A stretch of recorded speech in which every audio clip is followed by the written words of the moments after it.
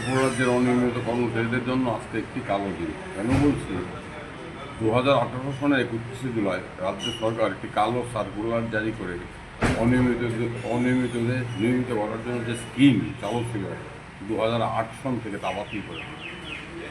এবং ওই সময় বলা হয়েছিল এই স্কিমটা বাতিল করা হচ্ছে, অতি দ্রুত আরও স্বচ্ছ একটি স্কিম তৈরি করা হবে। কিন্তু 31শে জুলাই 2018 আজকে আমরা দাঁড়িয়ে আছি 31শে জুলাই 2026, এখনও যে রাজ্য সরকার অনিয়মিত কর্মচারীদের জন্য স্কিম করে উঠতে পারেনি। অর্থাৎ এই রাজ্য সরকার অনিয়মিত কর্মচারীদের বেমালুম ভুলে গেছে এবং তাদের যে যন্ত্রণা, তাদের নিয়মিত করার যে দাবি অধিকার, তাদের প্রাপ্য মর্যাদার প্রশ্নে রাজ্য সরকার সম্পূর্ণ উদাসীন, এবং শুধু উদাসীন বলাই যথেষ্ট নয়, তারা সম্পূর্ণ অমানবিক দৃষ্টিভঙ্গি গ্রহণ করছে। এই যে রাজ্য সরকারের দৃষ্টিভঙ্গি, এটা কিন্তু সংবিধানের আদর্শ এবং মূল্যবোধের পরিপন্থী এবং সুপ্রিম কোর্টের নির্দেশের পরিপন্থী। সুপ্রিম কোর্ট বলেছে যারা 10 বছরের বেশি অনিয়মিত কর্মচারী আছে তাদেরকে নিয়মিত করার জন্য স্কিম অবশ্যই থাকতে হবে। যতদিন অবধি না শেষ ব্যক্তিটি নিয়মিত হচ্ছে ততদিন অবধি স্কিম থাকবে।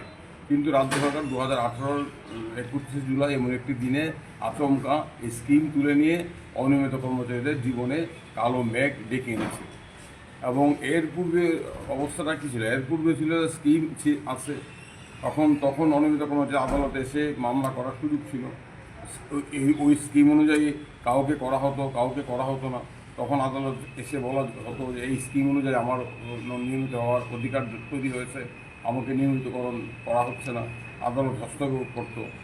এরপর পরবর্তী সময় স্কিমটা তুলে নিয়ে তাদের পায়ের তলা থেকে আইনি লড়াইয়ের মাটিটা কেড়ে নেওয়ার চেষ্টা হয়েছে।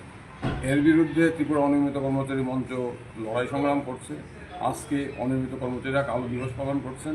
এটা যেমন তাদের লড়াই, সরকারের কাছে তাদের দাবি পৌঁছে দেওয়া এবং স্কিম নতুন করে চালু করার যে জোর দাবি সেটাকে ন্যায্যতা দেওয়া, একইভাবে আদালতেও অনিয়মিত কর্মচারী লড়াই করছে। ইতিমধ্যে অনেক অনিয়মিত কর্মচারী আদালতে মামলা করেছেন।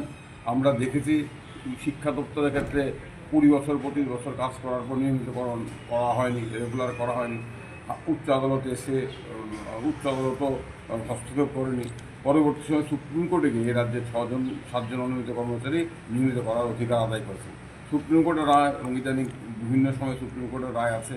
এই রায়গুলো থেকে উৎসাহ পেয়ে এই রাজ্যের অনিয়মিত কর্মচারীরা এখন আদালতে আসছেন। অনেকগুলো মামলা আমাদের ত্রিপুরা উচ্চ আদালতে চলছে। উচ্চ আদালত নোটিশ জারি করেছেন। আমাদের বক্তব্য, স্কিম বাতিল করাটা অসাংবিধানিক, সুপ্রিম কোর্টের নির্দেশ পরিপন্থী, এবং স্কিম না থাকলেও 10 বছর যারা অনিয়মিত কর্মচারী হিসেবে আছেন তাদেরকে নিয়মিতকরণ করতে হবে। তাই তাদের আইনি দাবি। এর পক্ষেই আজকে কালো দিবস পালন করা। এটা যেমন রাস্তায় দাঁড়িয়ে তারা সরকারের দৃষ্টি আকর্ষণ করছেন শান্তিপূর্ণভাবে, একইভাবে তারা আদালতে আসছেন। আমরা আদালতে ত্রিপুরা অনিয়মিত কর্মচারী মঞ্চের পক্ষে আছি।